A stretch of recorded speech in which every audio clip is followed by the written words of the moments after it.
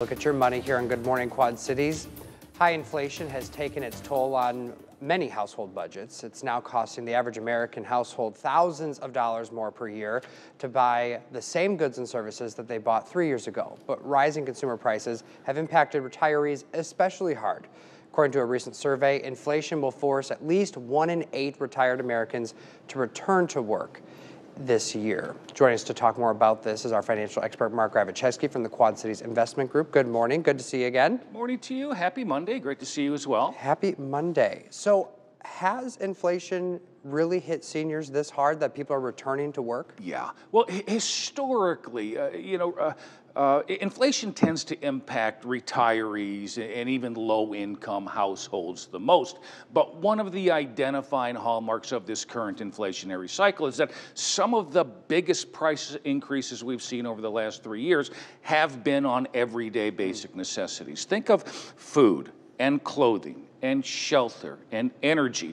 And retirees and low-income households typically spend the greatest percentage of their income on everyday basic necessities. Over the last 3 years, since February 2021, 3 years ago, food prices have increased a cumulative 20.7%. Clothing prices up 9.2%. The cost of shelter up 19.2%. And finally, look at this. Energy prices over the last 3 years have risen 27.4%. And again, David, these are the items that retirees and low-income households typically spend most of their income on. Yeah, well, it's things you really can't negotiate. I mean, Yep. Sure, you can choose to maybe buy some less food, you can buy some less clothing, but you can't go without a house and you can't really go without... Can't avoid them, yeah. can you? So how do you limit your impact? Well, unfortunately, kind of going to your point there, for retirees and even low-income households, let's be honest, it's been very difficult to kind of maneuver around these high consumer prices. And that's why we're seeing this big influx of retirees back into the labor market. Again, to your point, look, food, clothing, shelter, and energy aren't exactly those high-end luxury goods and services we can do without. These aren't what we call discretionary items. For example, with vacation spending, which is a discretionary item. Instead of maybe flying down to Florida, taking your family, flying down to Florida for a couple of weeks during the summer, maybe you decide to stay local and save a little bit of money, or maybe you even decide to forego your vacation this year.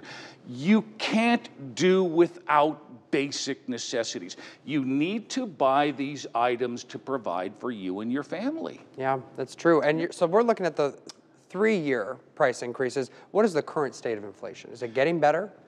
Slightly. It's going to be a little bit of a slow, gradual process, in my opinion. You look at the latest CPI, the Consumer Price Index, which is currently at 3.1%. But again, we have to remember, the ultimate goal is to get back down to that ideal target rate of inflation of just 2%. But again, in my opinion, I think that return path back down to that ideal 2% target rate of inflation, it's going to be a very slow and gradual process. We need to remember this.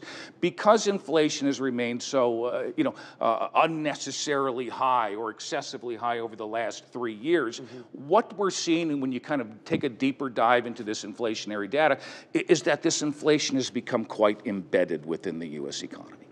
And the deeper this inflation becomes embedded within the U.S. economy, the more difficult it is to get rid of. And the more difficult it is to get rid of, the longer we have this inflation above 2%. So it's going to require some patience.